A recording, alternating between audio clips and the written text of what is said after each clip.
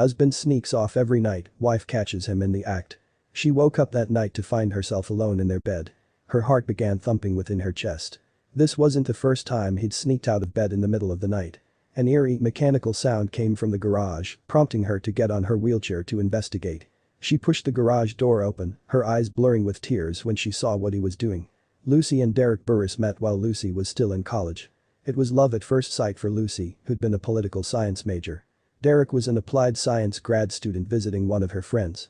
He was also an army veteran with a tour under his belt and the most sensitive heart Lucy had ever encountered. With him, life was perfect. But all this would change down the line. For Lucy, Derek was the perfect man. Not only did he share her interests, but he pushed her to do everything she loved while also encouraging her to step out of her comfort zone. For years, the couple enjoyed snowboarding, camping, and hiking, all activities that soon became a tradition for their family. But soon enough, trouble would strike. The day everything changed came as a surprise for the Burris family. Lucy, Derek, and their 3 sons were driving up the mountain to their favorite campsite for the weekend. It had snowed all day, and although the family didn't stop on the slippery road, they drove slowly so as not to veer into the steep terrain. And then it happened. Lucy was behind the wheel when she saw a massive truck barreling toward them. Immediately, she realized the driver had lost control and was trying his best to keep the vehicle from toppling over. Derek's hand shot for the wheel as Lucy pressed her foot on the brake pedal. Her teeth gritted as she struggled to keep the car on the narrow road. It was too late. The truck collided with their vehicle, sending them rolling into the snow. Lucy forced her eyes closed as their car's metal frame crunched while they spun through the bushes. She prayed her family would survive. When she came to, she was in the hospital. Derek and their boys were around her, but as Lucy hugged them with relief, she noticed something was off. Lucy couldn't move her legs. She was shocked at first when she realized she couldn't feel anything from her waist down.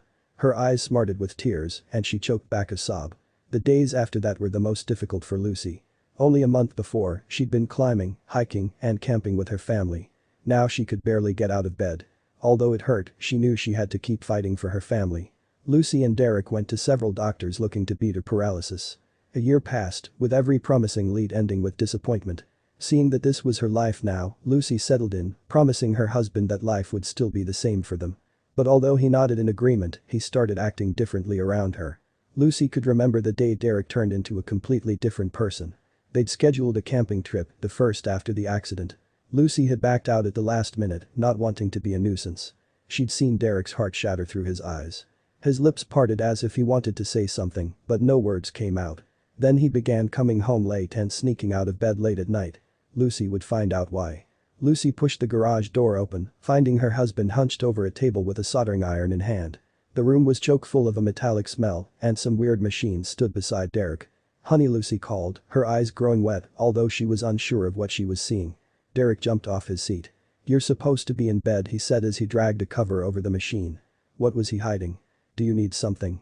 Derek said, hurrying over with his brows drawn up. "What do you have there?" Lucy jutted her chin at the covered contraption. "A smoothie," Derek said, offering a cup that smelled like strawberries. At Lucy's frown, he rubbed the back of his neck with an awkward chuckle. What he said made her tears double. "When you saved us from that truck, you gave up a piece of yourself so we could all live," Derek said. "I know I say this every day, but you're the bravest person I've ever known." Lucy wiped her eyes, asking, "Then why do I spend my nights alone?" She couldn't understand why her husband would rather sit here, amid cold metal, instead of with her in the warmth of their bedroom. Then Derek pulled the cover from his machine. Lucy gasped, her breath hitching at what her husband was hiding. A massive wheelchair stood before her. It had tank treads and electric configurations. "I couldn't bear to leave you behind when we went camping," Derek said. "So, I put my applied science degree to work and built this. It's not yet done, but all the essentials are functional. Want to take it for a spin?" Although it was dark out, Lucy and Derek moved the chair to their backyard. Lucy took a seat, loving how comfortable everything felt. She turned the chair on, surprised at how quiet it was. "Move around, see how you like it," Derek said, enthusiastically jumping up and down. Lucy pushed the steering lever, and the seat hummed before surging forward. She let out a hysterical laugh, keeping quiet when she saw the look on her husband's face. "What?" Lucy asked, brushing back stray curls from her face.